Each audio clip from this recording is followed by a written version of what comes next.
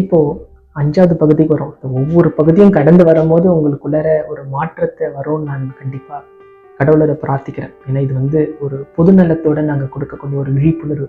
இது கண்டிப்பாக மக்கள் மத்தியத்தில் ஒரு விழிப்புணர்வு கொடுத்தா எனக்கு முழுமையடைய மாட்டேன். கண்டிப்பாக மாற்றத்தை உண்டாக்கணும். எல்லாருமே ஒரு ஆரோக்கியத்தை நோக்கி பயணிக்கணுன்றது தான் என்னுடைய ஒரு பெரிய சந்தோஷமாக பார்க்குறேன். இதோட இலக்காக நான் பார்க்குறேன். இப்போ இந்த இதில் நீங்கள் பார்த்தீங்கன்னா 5th பகுதி, அந்த 5வது பகுதி பார்த்தீங்கன்னா 5th part Y integrative medicine.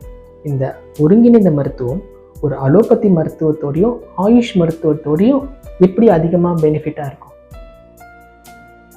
இப்படி நீங்கள் நம்ம அதை யோசித்து நம்ம இதை பாயிண்ட்டை நம்ம எடுத்துகிட்டு போகிறோம். ஸோ இந்த இது எப்படின்னு கேட்டிங்கன்னா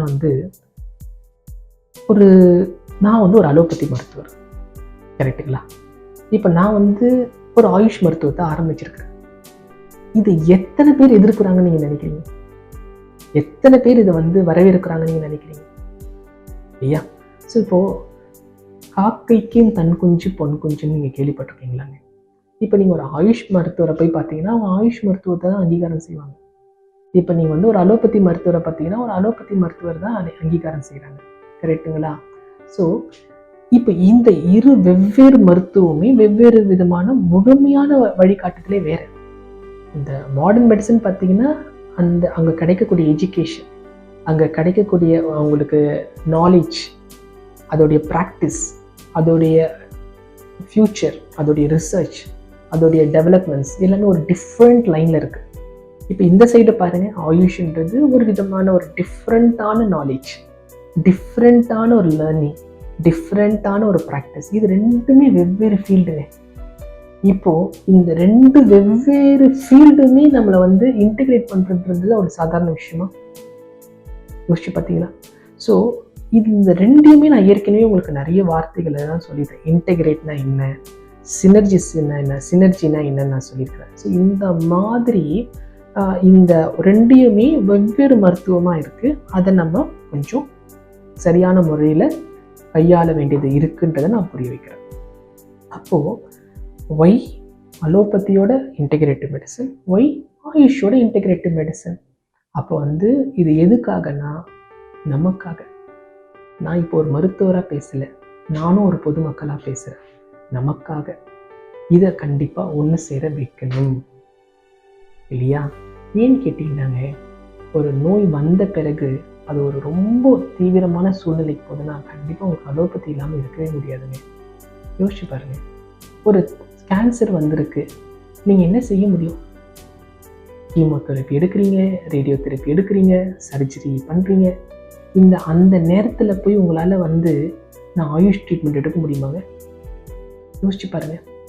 ஒரு விபத்து வந்திருக்கு, உங்களுக்கு ரத்தம் கசிஞ்சிக்கிட்டே இருக்குது, அதை அறுவை சிகிச்சை பண்ணி தான் சரிப்படுத்த முடியும். ஒரு ட்ராமானா, இன்னைக்கு ஒரு ஹார்ட் அட்டாக் வந்திருக்குங்க, ஹார்ட் அட்டாக் மாரடைப்பு வந்திருக்கு, ஸ்ட்ரோக் வந்திருக்கு, ரத்த குழாயில் பாதிப்பு வந்திருக்கு. அந்த பாதிப்பை கிளியர் பண்ணணும்னா ஆன்ஜியோகிராம் பண்ணுறாங்க, ஸ்டென்டிங் பண்ணுறாங்க, ஆன்ஜியோபிளாஸ்டி பண்ணுறாங்க, பைபாஸ் சர்ஜரி பண்ணுறாங்க.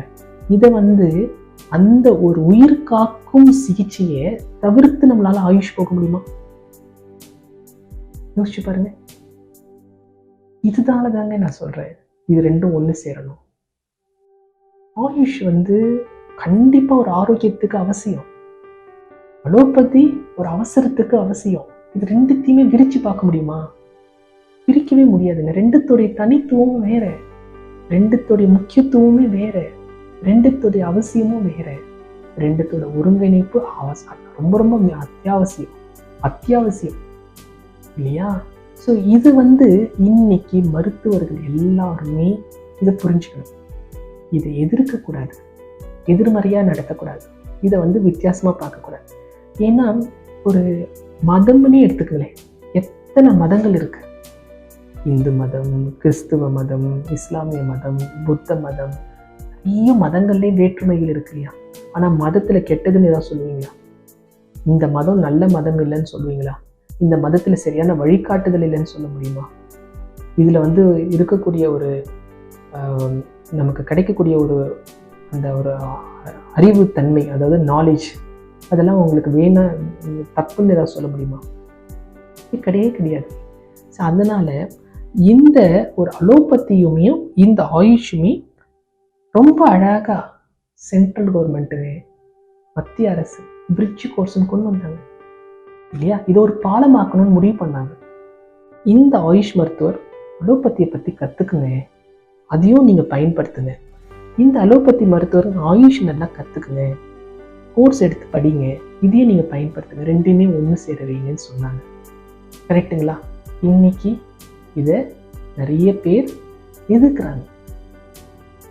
வருங்காலம் ஒரு நல்ல ஒரு ஆரோக்கியமான ஒரு சமுதாயத்தையும் ஒரு மனித நேயத்தையும் உருவாக்கணும், மனித இனம் செழிக்கணும், நல்ல ஒரு செழுமையாக இருக்கணும், ஆரோக்கியமாக இருக்கணும், நல்வாழ்வோடு இருக்கணுன்ற ஒரு நல்ல ஒரு நோக்கத்தோடு கொண்டு வந்தது தான் இந்த பிரிட்ஜ் கோர்ஸ். இதை நம்ம எதிர்க்கவே கூடாது. இதை கண்டிப்பாக நம்ம அங்கீகாரம் செய்யணும். இதை வரவேற்கணும். இதை வரவேற்றாதான் நம்ம கண்டிப்பாக நம்மளுடைய பொதுமக்களுக்கு இதை நல்லபடியாக போய் சேரும். சரிங்களா? ஸோ அதனால் இப்போது நான் உங்ககிட்ட மெயினாக சொல்ல வேண்டியது என்னன்னு கேட்டிங்கன்னா, அலோபதின்றது சில தவிர்க்க முடியாத சூழ்நிலைகள் தேவைப்படும். ஆயுஷ் ட்ரீட்மெண்ட் சில தவிர்க்க முடியாத ட்ரீட்மெண்ட் தேவைப்படும். ஆனால் எது எந்த நேரத்தில் பயன்படும்ன்றதை தெரிஞ்சு ஒரே மருத்துவர் தான். இப்போ நீங்கள் போனீங்கன்னா 2 மருத்துவர்கிட்ட போய் வைத்தியம் பார்க்க முடியுமா? ஒரு மருத்துவர் தான் 2 வைத்தியமும் பார்க்கணும். அப்போது எப்படி இதை நம்ம ஒரு பிரிட்ஜ் பண்ணுறது? அதுதான் இந்த ப்ரோக்ராம். இப்போ நமக்கு இதை ஒரு டிஃபிகல்ட்டின்றது ஒன்று கிடையவே கிடையாது. இந்த 2 பேருமே உடலை பற்றி தான் படிக்கிறாங்க. அனட்டமி, ஃபிசியாலஜி, பெத்தாலஜி, மெடிசன் எல்லாம். ஆனால் யூஸ் பண்ணுற மெடிசன் தான் வேறு. ஆனால் படிக்கக்கூடிய அந்த ஃபண்டமெண்டல் ஒன்று தானே, அடித்தளம் ஒன்று தானே. அந்த அடித்தளத்தில் வேற்றுமை இருக்கா, வித்தியாசம் இருக்கா? ஏன் என்னால் இதை செய்ய முடியாது? ஏன் இதை என்னால் ப்ராக்டிஸ் பண்ண முடியாது? ஏன் என்னால் இதை இன்டிகிரேட் பண்ண முடியாது? ஏன் இதை நான் ஒரு தவிர்க்கணும், எதிர்க்கணும்? அதுதான் நம்ம சிந்திக்க வேண்டிய விஷயம்.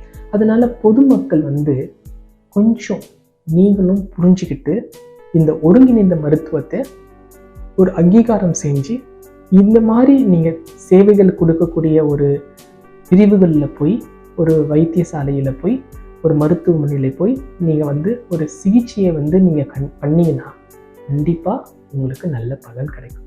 இதுதான் நம்மளோட 5வது பகுதி. கடைசி பகுதியில் உங்களை சந்திக்கிறேன். நன்றி, வணக்கம்.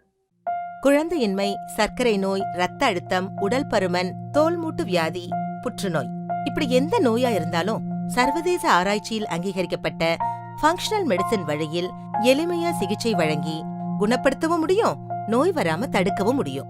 ஆரோக்கியம் நல்வாழ்வுக்கு ALM ஆயுஷுக்கு வாருங்கள். நோயற்ற வாழ்வே குறைவற்ற செல்வம். அதுக்கு ALM ஆயுஷ் வாருங்கள்.